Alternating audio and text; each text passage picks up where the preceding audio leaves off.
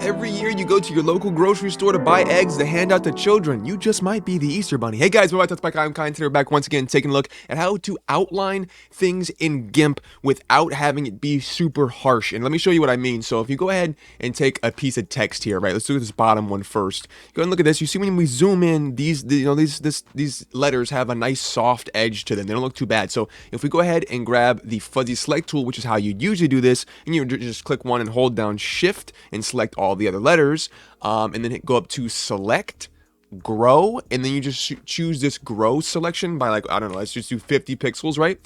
You can see it has a nice little outline around it, and if we go ahead and add a layer underneath both of these text layers, we can go ahead and just pick a color like black and then just fill that in. Now, when we go to select and none, you can see that when we zoom in, these edges look terrible. Look how hard they are. They have no anti-aliasing. They have nothing going on for them. So you go, okay, well, maybe I can just blur these edges, right? And I'll just blur it by like 0.1 or something.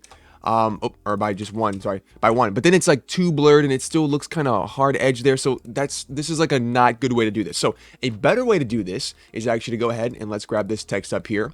And what we'll do is, instead of using the fuzzy select to outline and then grow the selection and just fill, it in black, we'll go up to light and shadow and choose drop shadow. Now I know you're like, okay, well, what's going on here? Just stick with me, hang in there, just trust me, We're gonna drag the opacity all the way up. We're going to turn the blur radius all the way down, and then we're going to put the X and Y both on 0.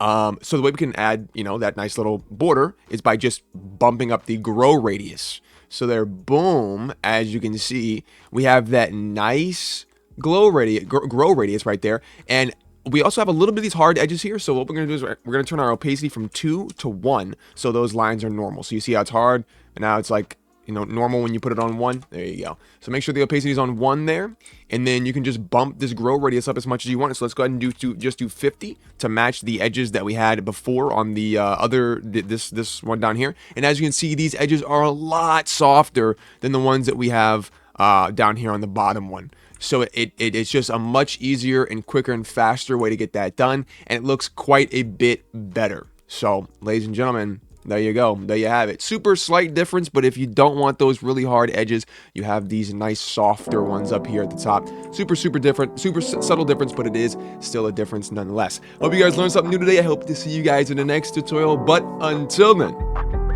bye-bye.